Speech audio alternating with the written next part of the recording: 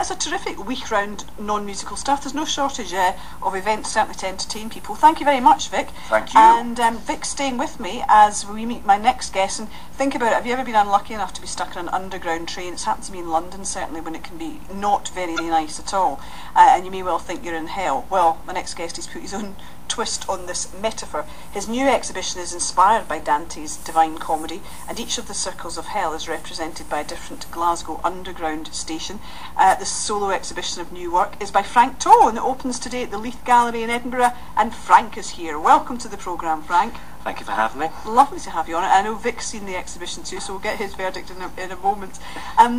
But I believe you're one of these artists who spends a heck of a lot of time sort of in your own mind space, figuring out what you're going to do. You do a lot of research. You don't just sort of go straight into your studio space and start painting, do you? No, I used to do that when I was a student. It was more or less painting for the sake of painting. And when I graduated, I got contracted to a gallery in London, and the pressure was on. I had to basically produce X amount of work for X amount of exhibitions due to this contract.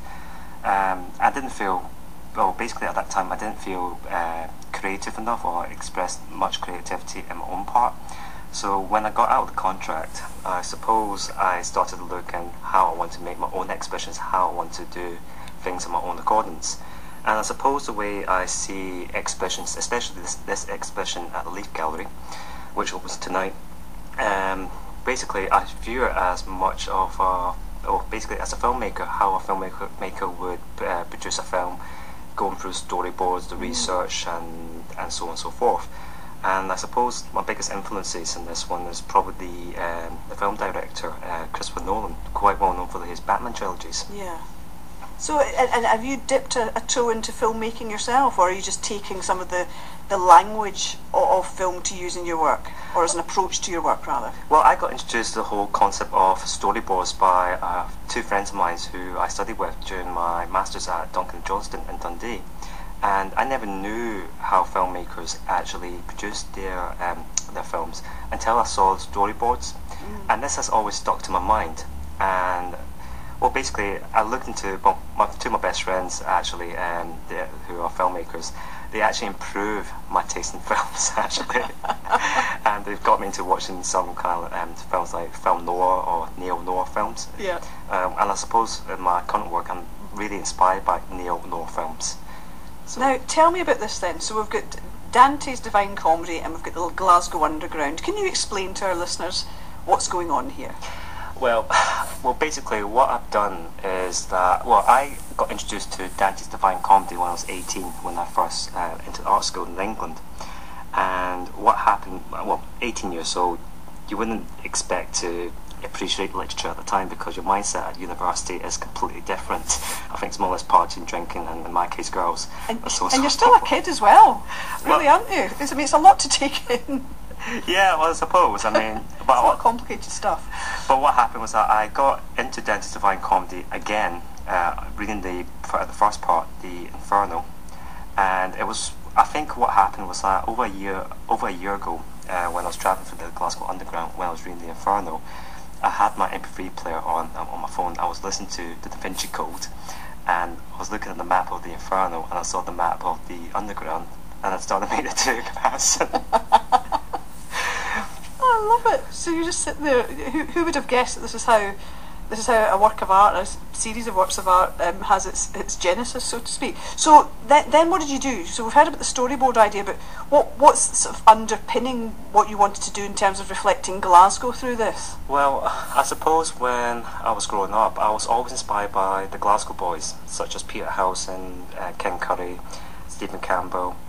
And I've always wanted to paint Glasgow, but in the way that I want to paint it, or the way I portray it. So I think this opportunity to portray Glasgow in a similarity to Dante's Inferno by using the underground system was too good an opportunity to miss. And I suppose if you're going to call yourself a Glasgow painter, you have to paint Glasgow at least once in your lifetime. It's an act of playing Hamlet or something like that. I suppose, yeah. So, I mean, people might be quite offended, Glaswegians, thinking you're representing the circles of hell. with Glasgow's underground stations, so you have to explain that, I think. Frank. Well, I'm not out there to offend people with my paintings. I hope I don't anyway. But what it is with using the Inferno and Dante's description of the Inferno, it touches quite a lot on during his time in Florence, the political, the financial, and the social issues that were happening at the time.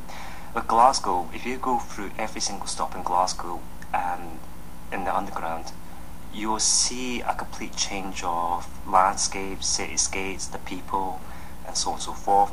And I think when you look at Glasgow as a whole, especially when you see this exhibition in Edinburgh, you can see the whole social and the political issues that are going on in Glasgow at the moment. I mean, at the moment we've got the George Square issue with the Commonwealth Games, we've got the new construction buildings such as the Hydro Stadium, and so on and so forth. So I felt that highlighting the political, social and economic issues in Glasgow with this exhibition was, well, basically when I did the Dante's Inferno, it was an expression to a muse in some ways, but I think it stemmed into much more in that arena with the social and political and economic factors. I presume you don't mean literally something like an issue like George Square will be represented in your work, but you don't mean that, do you? Do you mean no?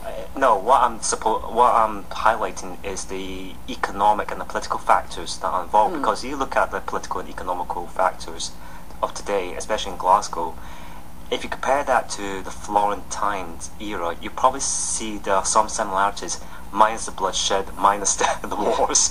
So far, yeah. When it comes to George Square, there's still a way to go with that one. Now, the Circle of Anger, I believe, is Bridge Street. Yes. Now, why? Can you explain that one? I'm not. The last thing I want an artist to do is explain literally stuff. I'm just trying to open it up to people to figure out what's going on a bit. Then they can come and see it. Well, see, with Bridge Street, what I've done is that I painted the O2 Academy. That building itself has a very, very interesting history, especially in the area that it's located in. I mean, with the O2 Academy and Bridge Street, or Bridge Street Tube Stop, it's part of the Old Gaubles. Now, as you said before, that represents the Circle of Anger in my Dante's Inferno. Now, with the Old Gaubles, it used to be quite renowned for crime. I mean, we had the Glasgow Razor gangs, you know, we had outbreaks of fire, and so on and so forth. I mean, the area's completely changed due to the regeneration of the entire area.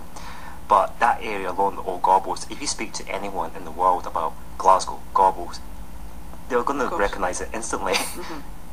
And you've got something that doesn't sound very urban, the Lost Woods, but this is at Kelvin Hall. Yeah, that's correct, yes. I suppose that makes sense, because anyone who ventures down Kelvin Hall past the museum and so on, there's a lot of woodiness going on. It's the Deer Green Place side of the whole origins of the name of Glasgow coming through there, I guess. Well, I suppose what happened with Lost Woods, I think it was during the time I was a student.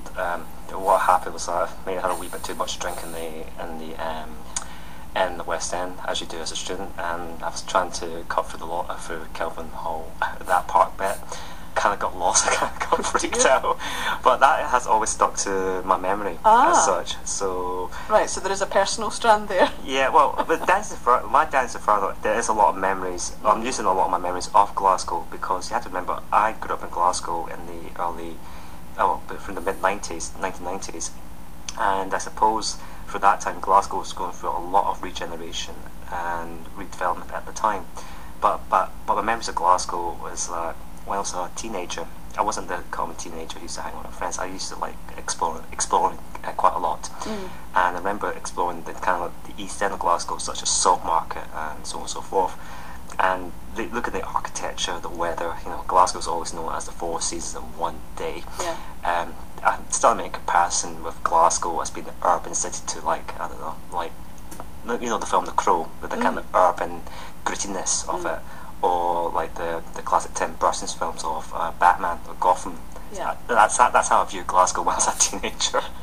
So you're not far off the mark. Let me bring in Vic Galloway, because he has had a preview. He's usually the exhibition opening tonight, but Vic was along today. Vic? Yeah. Now, be honest, you know, if you don't like it, well, say. It's always going to be slightly weird talking about someone's art when they're sat about 2 feet away from you. I'm sure Frank can take it. He can take it, and actually, you know, I'm not going to say anything disparaging or negative, because I thought it was a fantastic exhibition. I've looked at some of the pictures online. I went down to the gallery and looked through the windows yesterday, and then actually got a final chance to see them up close today. There are two kinds of works in the exhibition. There are the oil paintings, which use lots of reds and golds and rust colours. They kind of emerge from these haunting, murky backgrounds, this darkness. And you can definitely, now that Frank talks about the Tim Burton films and The Crow and that sort of almost gothic feel, you can definitely see that. I think the paintings are brooding, intense, passionate, ever so slightly mad, Frank, sorry. They reminded me of Goya's black paintings, Saturn Devours His Son, etc. Not all of the subject matter is necessarily quite as demonic as that, although it is Dante's Inferno. But they definitely have that sort of emergent, brooding, insane quality to them. But they're also beautiful, and Frank is definitely a wonderful figurative painter, I should say. There are, as well as the oil paintings, there are these monoprints in black and white, which have a far more mathematical and structural theme, and they're beautiful and beautifully done as well. I know Patrick Stewart of Star Trek and various other things, fame, is a big fan and has sort of bought into your work. He's bought for quite a few. Yeah, he's got a bit of a collection. Because he was the Chancellor of your college, Art College in Huddersfield. Yeah, he became Chancellor at my final year, and that was, I suppose, it was the fate of the gods that I actually met him, because I actually came close to leaving Huddersfield quite early on due to personal reasons. But I remember reading the article that he was actually from Mirfield, so I thought to myself, I'm at the university at the same town where Captain Picard actually came from, so that encouraged me to stay. But let alone, to meet him in person was an amazing experience, because I grew up watching the Star Trek Next Generation and always seeing him on TV and so on and so forth, thinking this commanding father-like figure. And to meet him in person, it was a bit of a surreal moment for me. But it was also a big moment for him, because he saw your degree show and he was struck by it, and he's bought stuff, so it's fantastic. But I can imagine it appealing to actors and other artists and people with a sort of dramatic or melodramatic disposition. They're very strong paintings. They're hugely emotive, and I would thoroughly recommend the exhibition to anyone. How fantastic! Well, look, Frank, thank you very much indeed, and thanks to Vic too for that review. Frankie, have a great time tonight at the opening. Thank you. Thank you very much for talking to us about it. That's Frank Toe's solo exhibition, new work, Dante's Divine Comedy, opening tonight at the Leith Gallery in Edinburgh. Although it's all about Glasgow. Let's hope it also comes to Glasgow. But it's running at the Leith Gallery in the capital until the 27th of April. I'm going to set the scene right now for my next guest with a song from the musical Matilda, which was written by the master of musical comedy, Tim Minchin. This is When I Grew Up. When I grow up, I will be tall enough to reach the branches.